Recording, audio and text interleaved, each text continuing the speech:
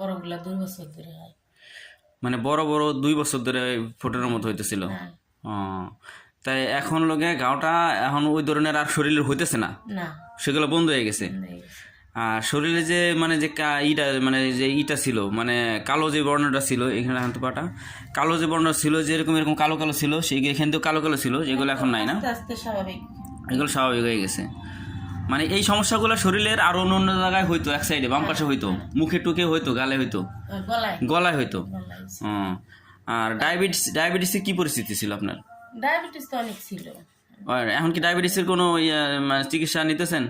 বর্তমান না। বর্তমান বন্ধ, ডায়াবেটিসটা নিতেছেন না, আর আগের মতো মানে অস্বাভাবিক লাগতেছে না। না, ডায়াবেটিস যদি কন্ট্রোল না হইতো তাহলে কিন্তু ঘাওটা সারতো না, অবশ্যই। ব্যাপারটা বুঝছেন? এই জন্য ডায়াবেটিস থাকলে ডাক্তাররা কিন্তু অপারেশন কাটাছেড়া করে না শরীরে, যে ডায়াবেটিস আছে ডায়াবেটিস কন্ট্রোল করে নেই ই করে না। আমি কিন্তু আপনার যে কাটছি যা কিছু